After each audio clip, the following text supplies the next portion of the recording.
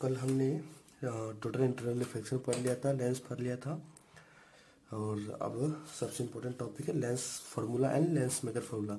ये दोनों प्रूव करने के लिए क्वेश्चन आता है, जरूर आता है। इससे क्वेश्चन या तो इससे इसके फार्मूलास क्वेश्चन आएगा या इसी को 7 नंबर में क्वेश्चन दे दिया जाएगा। तो लेंस मेकर फार्मूला और लेंस फार्मूला को अच्छे से देखते हैं। तो सबसे पहले क्या देखते हैं कि हम एक लेंस लिए, क्या कॉन्वेक्स लेंस लिए, ठीक है। तो कॉन्वेक्स लेंस जो लेते हैं, कॉन्वेक्स लेंस के लिए बनता कैसे कि पहले बता चुके थे कि जब दो स्फेरिकल मिरर को इस तरह मिलाते हैं तो ये जो एरिया बनता है वो क्या होता है, कॉन्वेक्स मिरर। मतलब जब ये दो एरिया को मिलाते हैं तो दोनों का सेंटर अलग होगा, सेंटर अलग होगा, या C1 या C2, दोनों का सेंटर अलग है, दोनों का रेडियस भी अलग होगा, दोनों का रेडियस भी अलग होगा, दोनों का सेंटर अलग होगा, दोनों का रेडियस अलग होगा, ठीक है। बस वही कंसेप्ट करते हैं। जब इसको हम काट के निकालेंगे तो कुछ इस तरह से होगा, ठीक, इस तरह से होगा। तो इसका सेंटर मान लेते हैं कहीं यहाँ होगा, जिसको हम क्या मानेंगे, इसको सेंटर मान लेते हैं C2। इसका सेंटर क्या मान लेते हैं C1 इधर, इसका रेडियस को R2, इसका रेडियस को R2, इसका रेडियस को R1 मान लेते हैं, ठीक है, ठीक है। तो लेंस मेकर फार्मूला प्रूव करने के लिए एक ये फार्मूला होता है μ2/v - μ1/u = μ2 - μ1/r। ये फार्मूला का यूज हम करके लेंस मेकर फार्मूला को हम प्रूव करेंगे, ठीक है, ठीक है। तो हम सबसे पहले क्या करते हैं कि इसमें हम दो सरफेस देख रहे हैं, दोनों सरफेस का नाम दे दिया हम, सरफेस 1 और सरफेस 2। हम क्या करते हैं, इस लेंस के सामने, लेंस कॉन्वेक्स लेंस के सामने एक ऑब्जेक्ट को रखते हैं किसी डिस्टेंस u पे। हम एक ऑब्जेक्ट को रखते हैं तो अब क्या करती है, एक ऑब्जेक्ट से एक रे निकलती है, एक रे या दो रे लेते हैं हम इमेज बनाने के लिए। तो ऑब्जेक्ट से क्या रे निकलती है जो मिरर लेंस से टकरा के कन्वर्ज होती है, कन्वर्ज होती है। तो जब पहला सतह से यहाँ से टकराया, यहाँ देखते हैं,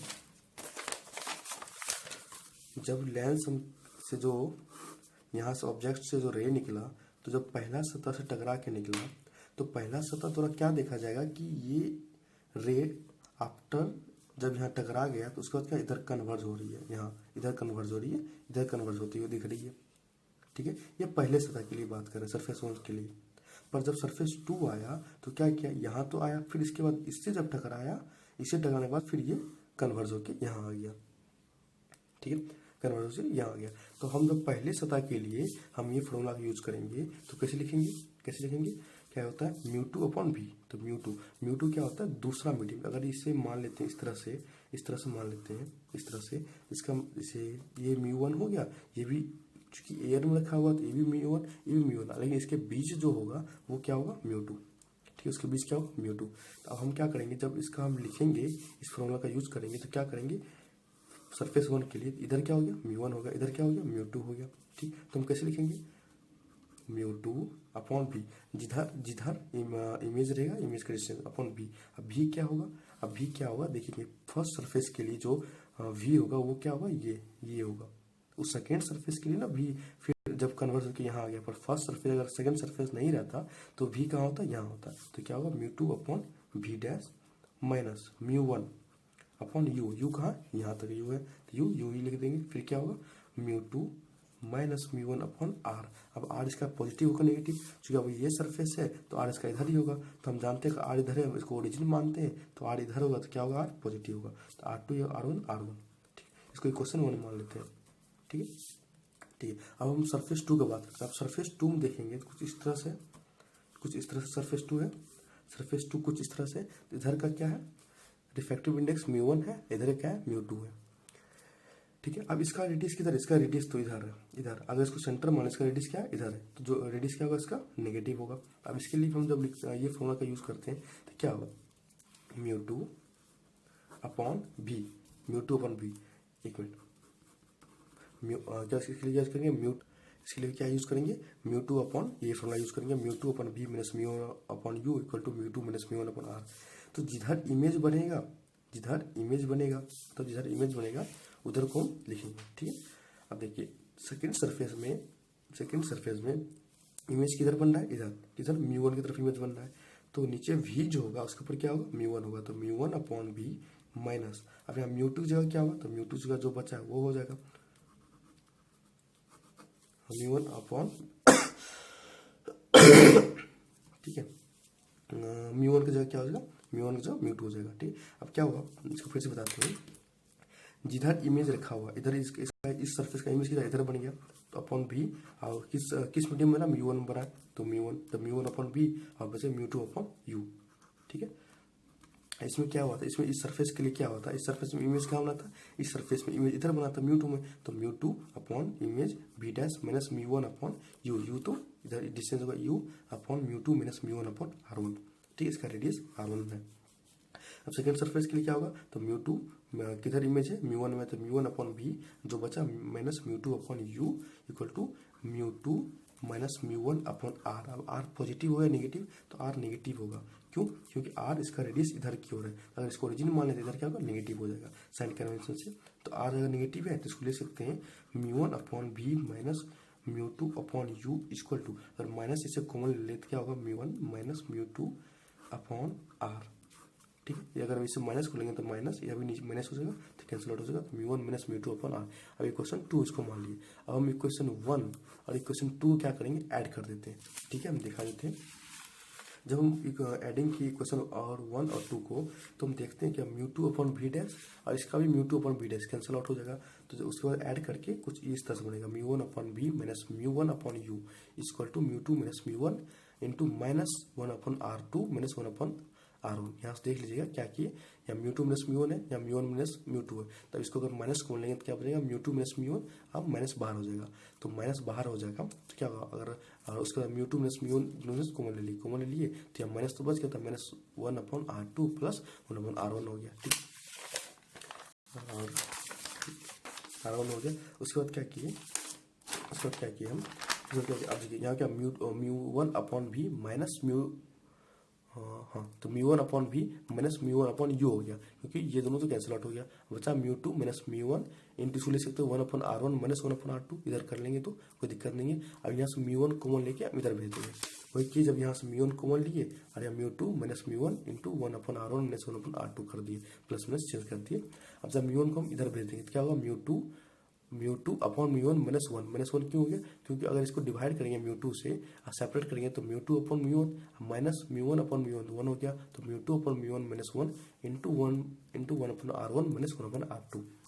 ठीक है, अब हम क्या करते हैं, इसको बस वही लिखते हैं। हाँ, अब हम लेंस प्रॉब्लम पे जानते हैं कि 1 upon f equal to 1 upon v minus 1 upon u होता है, तो इसको क्या लिख सकते हैं, 1 upon v minus 1 upon you को क्या लिख सकते हैं, 1 अपॉन, इसको क्या लिख सकते हैं 1 अपॉन एफ लिख दिए इक्वल टू μ2 माइनस μ1, बस वही लिख दिए upon μ1 into 1 upon r1 minus 1 r2। अब हम क्या करते हैं, अब μ1 क्या एयर का रिफ्रैक्टिव इंडेक्स। अब एयर का रिफ्रैक्टिव इंडेक्स क्या होता है, एयर का रिफ्रैक्टिव इंडेक्स होता है 1, तो हम क्या μ1 की जगह 1 लिख सकते हैं, हाँ 1 लिख सकते हैं। अब μ1 को 1 लिख दिया और μ2 को हम मान लेते हैं μ मान लेते हैं, इसको μ मान लेते हैं, तो क्या होगा फिर 1 अपॉन एफ, μ2 क्या मान ले μ माइनस 1, क्योंकि एयर है μ1 एयर है, तो 1 अपॉन 1, तो यही रह जाएगा, तो μ minus 1 into 1 upon r1 minus 1 upon r2, तो ये मेरा क्या हो गया, लेंस मेकर फॉर्मूला प्रूफ हो गया। और ये 7 नंबर में इससे क्वेश्चन आ सकता है। जब आप इसे बनाए तो ये तो हम थोड़ा शॉर्ट नहीं, और इसको बढ़ा चढ़ा के लिखें, मतलब लैंग्वेज में बढ़ा चढ़ा के लिखना है, चूंकि r क्या है, v क्या है, u क्या है, सब लिखना है। ठीक है, उसके बाद जब लेंस में फॉर्मूला प्रूफ हो गया तो उसके बाद हम 3 और 4 ये दोनों को हम जब देखते हैं, कॉस क्या 1 अपॉन r1 है माइनस 1 अपॉन r2, तो यहाँ भी 1 upon r1 minus 1 upon r2। अगर हम क्या करें, अगर हम क्या μ2, अगर इसको क्या एयर मान लेते, एयर है ही, एयर को अगर मान लेते 1, तो क्या होगा μ2 माइनस 1, μ2 अब क्या होना μ, तो μ माइनस 1, तो μ माइनस 1 इंटू दोनों क्या होगा RHS जो होगा इक्वल हो जाएगा, तो RHS जब इक्वल है तो LHS भी इक्वल होगा, तो 1 upon v minus 1 upon u equal to 1 upon f, दोनों को इक्वल कर दे तो ये फॉर्मूला प्रूफ हो गया। इसे कहते हैं लेंस फॉर्मूला, इसको कहते हैं लेंस मेकर फॉर्मूला, ये इंपॉर्टेंट है, इसको अपनी लैंग्वेज में भी अपना थोड़ा बड़ा चढ़ा के लिख लेना है। ठीक हो गया। अब हम पढ़ते हैं मैग्नीफिकेशन हम मिरर में पढ़ चुके हैं, अब हम लेंस में पढ़ते हैं, दोनों सेम ही है, कुछ नहीं बस प्लस माइनस का अंदर होता है। मैग्नीफिकेशन हम क्या पढ़े थे मिरर में कि मैग्नीफिकेशन जो होता है, मैग्नीफिकेशन इक्वल टू होता है माइनस बी अपॉन यू और minus height of image upon height of object, यही पढ़े थे। ठीक है, बस लेंस में क्या करना है, बस लेंस में कुछ नहीं करना है, माइनस का प्लस कर दे v upon u equal to height of image upon height of object, बस यही करना। तो वही किए, तो मैग्नीफिकेशन क्या होगा, height of image upon height of object HI upon HO यो भी अपॉन यू, बस माइनस हटा दिए। और power of an optical instrument power, तो हम मिरर का क्या जाने थे, मिरर का अगर पढ़े होंगे तो मिरर का क्या होता है 1 अपॉन एफ, प्लस होता है या माइनस होता है, माइनस होता है। तो -1/f, -1/f क्या होता है, इसका पावर, और इसका f जहाँ क्या होता है, ये लेंथ है ना, तो ये क्या होगा, मीटर होगा इसका, मीटर। तो पावर क्या हो गया, -1/f, और जहाँ f क्या मीटर होता है, ठीक है, वही मीटर का हो गया। और लेंस का क्या हो गया, तो यहाँ माइनस है तो माइनस नहीं होगा, पावर को टू 1/f हो गया, ठीक। और अब ये कुछ पॉइंट है जिसको समझ लेते हैं। मतलब ये कहना चाहता है कि मतलब जिस लेंस का फोकस छोटा होगा, किसी लेंस का फोकस छोटा कब होगा, जब वो लेंस छोटा होगा। मतलब जिस लेंस का फोकस छोटा होगा, ठीक है, जिस लेंस का फोकस छोटा होगा वो लाइट को ज़्यादा कन्वर्ट करेगा, इसका कहना ये है। मतलब जिस लेंस का फोकस छोटा होगा वो लाइट को ज़्यादा कन्वर्ट करेगा या डाइवर्स करेगा, कन्वर्ट या डाइवर्स दोनों करेगा। अब ये एक बड़ा लेंस है, इसका बड़ा एक लेंस है, तो इसका क्या होगा, फोकस काफ़ी दूर होगा, फोकस बड़ा होगा, जिस कारण से ये किसी भी लाइट रे को कन्वर्ट या डाइवर्स इसके मुकाबले कम करेगा, ठीक है। तो हम देखते हैं क्या, इसका f2 का डिस्टेंस जो है, फोकल डिस्टेंस ज़्यादा है f1 से, तो हम लिख सकते हैं f2 ग्रेटर देन f1। तो f2 ग्रेटर देन f1 तो लिख सकते हैं p1 ग्रेटर देन p2। कैसे, देख लेते हैं। देखिए क्या है, f2 ग्रेटर देन f1 लिखिए, ठीक है। अब हम f2 को लिख सकते हैं -1/p2, ठीक है। हम क्या इधर p कर दिए, f कर दिए, आज को लिख सकते हैं f1 को -1/p1, ठीक है। अब हम क्या करते हैं, दोनों को यहाँ रख देते हैं। तो f2 की जगह क्या लिख सकते हैं, f2 की जगह लिख सकते हैं -1/p2 ग्रेटर देन -1/p1। अब दोनों तरफ माइनस है तो हटा ही दो। पर मैथ में जब इसको पढ़ा जाता है फंक्शन में, तो और ये सब माइनस माइनस मल्टीप्लिकेशन करने में साइन भी चेंज होता है, ठीक है। 1/p2 greater than 1/p1। अब इसको इधर कर दो, इसको इधर कर देते हैं, p1 ग्रेटर देन p2 हो गया। तो अगर f2 ग्रेटर देन f1 है तो p1 ग्रेटर देन p2। इससे ये सब क्वेश्चन, इससे क्वेश्चन आ सकता है, ऑब्जेक्टिव में क्वेश्चन इससे आ जाता है, ठीक है, यह क्लियर।